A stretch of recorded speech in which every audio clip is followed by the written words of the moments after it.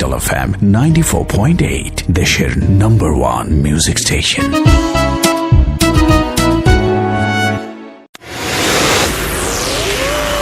The Beach। শুধু কান্নাকাটি করে। ওই দিনে কাঠুরের বউয়ের ভাই তাদের বাড়িতে আসে তার ভাগ্নিকে দেখতে বলে। মেয়েটির মামা ছিল একজন ধার্মিক লোক এবং সেই সাথে একজন আলেম। তিনি যখন বোনের বাড়িতে ঘরে প্রবেশ করলেন তখনই বুঝতে পারলেন যে বোনের ঘরে জিনের আসর রয়েছে। তিনি তা পরীক্ষা করার জন্য নকল মেয়েটিকে আগুনের উপর ধরলেন। তখন তিনি দেখতে পেলেন যে নকল মেয়েটি একটি কাকের বাচ্চায় পরিণত হয়েছে। তখন তিনি কাকের বাচ্চাটিকে আগুনে পুড়িয়ে ফেললেন এবং বাচ্চা মেয়েটিকে তুলা গাছের ভেতর থেকে উদ্ধার করলেন। মেয়েটির মামা আলেম সাহেব ঘটনাটি জানার জন্য সেই ঘরে কাঠুরির ওপর আঁচল জিনদেরকে হাজির করলেন। জিনের কাছে জানতে চাইলেন যে কেন তারা এইভাবে মানুষের ক্ষতি করছে। তখন জিনরা বললেন যে আমরা এই তুলা গাছে শত শত বছর ধরে বাস করে আসছি এবং আমরা কখনো কারো ক্ষতি করিনি। যারা আমাদের এই বাসস্থান গাছটিকে কাটার চেষ্টা করে আমরা শুধু তাদের ক্ষতি করি। আলেম সাহেব জিনদেরকে মেরে ফেলতে চাইলেন। তারপর জিনরা অনেক কাকুতি মিনতি করলেন। পরে আলেম সাহেব জিনদেরকে বোতলের ভিতর বন্দি করে দিলেন। কিছুক্ষণ পর তার বোনের জামাই মারা গেল। এই গাছটি বেগমগঞ্জের নাম করা একটি তোলা গাছ। গাছটি 250 বছরের ইতিহাসের সাক্ষী। বাহ, বেশ অদ্ভুত একটি ঘটনা। ওয়াফি, অসংখ্য ধন্যবাদ আপনাকে এই ঘটনাটি লিখে পাঠানোর জন্য। আরো বেশ কয়েকটা ঘটনা রয়েছে। আমাদের সময় আসলে খুব বেশি একটা নেই। আমি জানি না আসলে সবগুলো ঘটনা পড়তে পারবো কিনা। যিনি পাঠিয়েছেন তার নাম এমডি খান। গত সপ্তাহে আমার ঘটনাটি পড়ার জন্য ভাইয়া আপনাকে অসংখ্য ধন্যবাদ। আজকে যে ঘটনাটি শেয়ার করব সেটি আমার এবং আমার 2 বন্ধুর সাথেই ঘটেছে।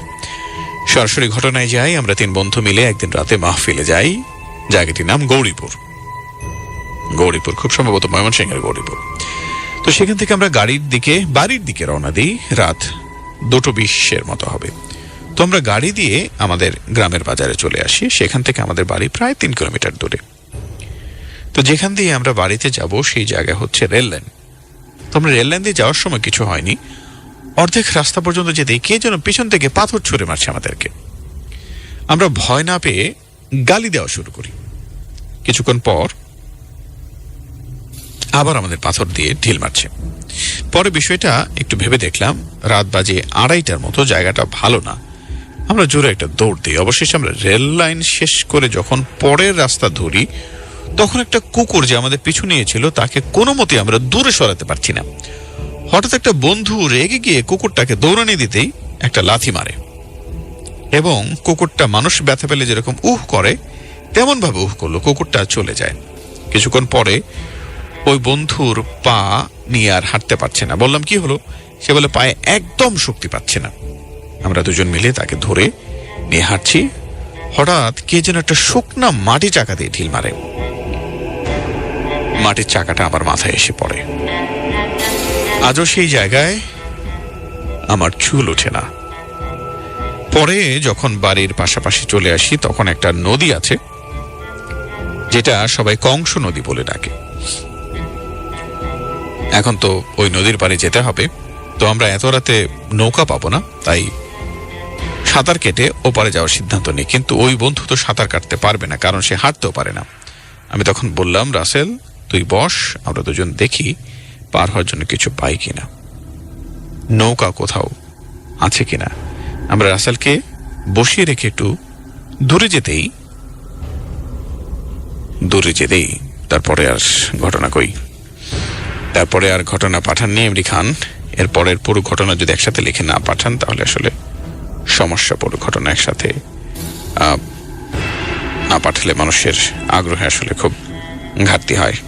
আর এই জন্যই বলি পুরো ঘটনাটুকু একসঙ্গে লিখে পাঠানোর চেষ্টা করবেন।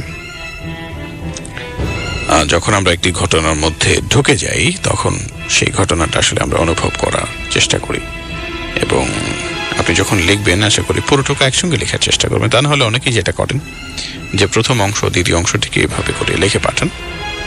আপনি যদি এমনটা করতেন তাহলে আসলে খুব ভালো হতো। যাই হোক, এমডি খানের পুরো ঘটনাটা আমি আর এরপরে আর পাইনি। আপনি যদি থাকেন, হয়তো এখনো হয়তো সেই সময়টুকু রয়েছে, আপনি যদি একসঙ্গে লিখে পাঠাতে পারেন সেটা ভালো হয়। যাই হোক, আমরা আমাদের অতিথির কাছে একটু আসি শেষবারের মতো আজকের অনুষ্ঠানের, কারণ সময় আসলে নেই আমাদের হাতে। 12:45 বাজে। আমরা আমাদের সবুজ ভাইয়ের কাছে আসবো শেষবারের মতো। যদি কোনো ঘটনা আপনার কাছে থাকে, ছোট্ট কোনো ঘটনা যদি আমার সাথে একটু শেয়ার করেন। আমি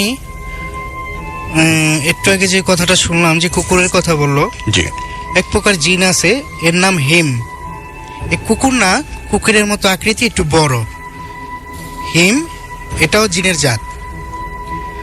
সব জিন যখন ফেরেশতাদের বিরুদ্ধে যুদ্ধ করতে গেল, এই একটা জিনই, জিন জাতের ভিতরে হিম জাত, এরা যায়নি। এরা ফেরেশতাদের হয়ে জিনদের বিরুদ্ধে যুদ্ধ করছে। তো এরকম কেউ যদি কুকুর দেখেন, এরা কুকুরের আকৃতির চেয়ে একটু বড় হয়, এদের নাম হিম। আর যারা পুকুরের কথা বললেন, যারা পুকুরে বা ব্রিচে রাত্রেবেলা যান, এইসব জায়গায় বা খেতে আপনারা শুনবেন মানুষের অর্ধেক ভিতরে ঢোকানো বা মাথা আছে পুরো বডি ভিতরে ঢোকানো, এটা এক প্রকার জিনের কাজ। এর নাম হচ্ছে শিক। এই জিনটা গলা সরু হয়, বিভিন্ন ধরনের হয়। সাধারণত একটা নমুনা বলতেছি, এদের গলা সরু হয়, একটা অঙ্গ থাকে না, এরা আওয়াজ করে এরকম ধরনের একদম গড় একটা আওয়াজ করে। এরা সাধারণত তিমি মাছ একটা আওয়াজ করে, আপনার জানি একটা সাউন্ড করে, ভাইলেন্স দেয়। এরকম শিকও এক প্রকার আওয়াজ করে, গড় করে আওয়াজ করে।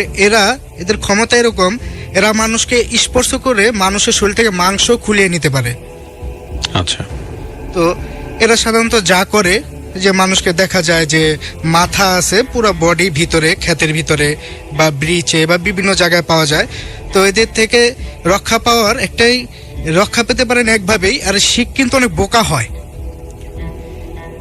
এরা হতে পারে অনেক মারাত্মক, কিন্তু এরা বোকা হয়। এরা বুদ্ধি বিবেচনার দিক দিয়ে বোকা হয়।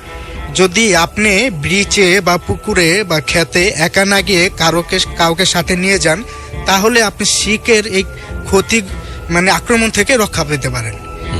হাফিসা, হিন্দু ধর্মে বলে শাকচুন্নি, পেতাত্তা, বিভিন্ন নামে ডাকে হাফিসা। এটা হচ্ছে আপনি গাছের উপরে থাকে, এটা হচ্ছে মহিলা শয়তান। এদের আরেকটা জাত আছে, এই যে ধরা হয় যে ইসলামিক অনেক আলেম বা অনেক বিশেষজ্ঞের মতে ধরা হয় যে হাফিসা, তারপরে আরেকটা জাত আছে, যারটার নাম আমার মনে পড়তেছে না, মহিলাদের জাত। এরা গোল জিনের জাত। এরা গোল থেকে উৎপন্ন হয়েছে, এরা গোল জিনের একটা জাত। এর ভিতরে হাফিসা থাকে হচ্ছে গিয়ে ছোট ছোট জঙ্গল, ছোট ছোট জায়গা, নির্জন জঙ্গল, যেখানে মানুষের আনাগোনা কম। আর যেই জাতটার কথা মনে পড়তেছে না, এরাও একটা জিন জাত। এরা থাকে বিশাল বড় বড় জঙ্গলে। এরা কোনো পথহারা ব্যক্তি যদি জঙ্গলে একা থাকে, তাদেরকে লুপ লাবণ্য দিয়ে, এদের অনেক গল্প আরব উপন্যাসে পাওয়া যায়, লুপ লাবণ্য দিয়ে ভুলিয়ে তাদেরকে এরকম সর্বনাশ করে। তো এরকম আপনারা এরকম হাফিসা, এরকম শিক, এরকম নাসনাস, যত প্রকার জিন আছে, এদের থেকে হেফাজত পাওয়ার জন্য সবসময় এরকম বিচক্ষণতা, এরকম বুদ্ধি বজায় রাখবেন। আর শয়তান বলতে কিছু নেই, ভূত বলতে কিছু নাই। দেখা গেছে কেউ ঘরে শাড়ি উঠতেছে, সে ভাবতেছে এটা ভূত, এটা আপনার মনের ভুল। কেউ দেখতেছে যে রাত্রেবেলায় পাশের ঘরের বাচ্চা কাঁদতেছে, সে শুনতেছে যে অন্য কিছু, এটা আপনার মনের ভয়। তো আপনার মনের ভয় দিয়ে আপনি কখনোই মানুষকে আতঙ্ক দিবেন না, মানুষকে ভয় দেখাবেন না। যেটা সত্য সেটা চিরন্তন, সেটা সত্যই। জিন মানুষের আগে আল্লাহ তাআলা বানিয়েছে, এটা আছে, কিয়ামত পর্যন্ত থাকবে। কিয়ামত হবে, মানুষও মারা যাবে, জিনও মারা যাবে, জিনেরও হিসাব হবে, মানুষেরও হিসাব হবে। তো আপনারা এই যে সমাজে বা পরিবেশে যে মিথ্যা গুজব, মিথ্যা ভয় মানুষকে দেখাবেন না। এই কারণে কি হয়, আমাদের ছোট ছোট বাচ্চারা তারা ভয় পায়, তারা মিথ্যা গল্পগুলা শুনে, তারা ভুল গল্পগুলা শুনে, তাদের মাথায় যে এরকম ঘটে, ভূত এরকম হয়, কেউ ভয় দেখায়, এরকম ভয়ে ভয়ে তাদের যে ভবিষ্যৎ, এটা নষ্ট হয়ে যেতে পারে বা তারা ভুল পথে চলে যেতে পারে। যে আমাদের যে শিশুরা আছে, আমাদের সমাজে যারা আছে, তাদেরকে আমরা এরকম ভালো কিছু দেব, সত্য, যতটুক জানি সত্য তো সত্যই, অদ্ভুতরে কিছু দেওয়ার চেষ্টা করব না। রাইট, চমৎকার। এবং শেষের যে কথাগুলো বললেন সত্যি আমাদের জন্য অত্যন্ত শিক্ষণীয় এই বিষয়গুলো। আমরা যেটা বলি, অন্তত এই তাবিজ অনুষ্ঠানে আমরা কখনো ভয় বিক্রি করার চেষ্টা করি না, মানুষকে অহেতুক ভয় লাগানোর চেষ্টা করি না, কিংবা আমরা আসলে কাউকে বলি না যে আপনি এখানে ভয় পাওয়ার জন্য। আসলে আমরা যেটা বলি যে প্রত্যেকটি মানুষের জীবনে এমন কোনো ঘটনা আছে, এমন কোনো বিষয়ের সম্মুখীন আমাদেরকে হতে হয় যার ব্যাখ্যা বিশ্লেষণ আমাদের কাছে আসলে থাকে না। আমরা চেষ্টা করেও সেই বিষয়গুলো সম্পর্কে জানতে পারি না, আমাদের অনেক বুদ্ধি বিবেক দিয়েও সেগুলোকে আমরা বিচার করতে পারি না। সেরকম ঘটনায় বিশ্বাস এবং অবিশ্বাসের ঠিক মাঝখানটাতে আসলে আমাদের অবস্থান। তো সেই ঘটনাগুলো আমরা উপস্থাপন করি যাতে আপনি শোনেন, সাবধান থাকেন যতটুকু সাবধান থাকা যায়, আর ভেতর থেকে একজন সৎ মানুষে পরিণত হওয়ার চেষ্টা করা। ভেতরের সততা আমাদেরকে অনেক বড় একটা সাহস যোগায় এবং শক্তি যোগায়, যাতে করে আমরা সামনের দিকে এগিয়ে যেতে পারি। আমরাও এগিয়ে চলেছি। আজকের অনুষ্ঠান একেবারে শেষের দিকে। আজকের মতো আমরা এখানে বিদায় নিব। আগামী সপ্তাহে আবারও হাজির হয়ে যাব তাবিজের পরবর্তী আয়োজন নিয়ে।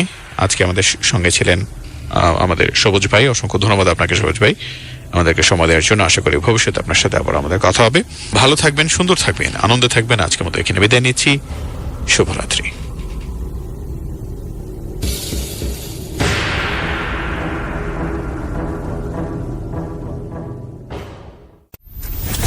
Capital FM 94.8, দেশের #1 মিউজিক স্টেশন।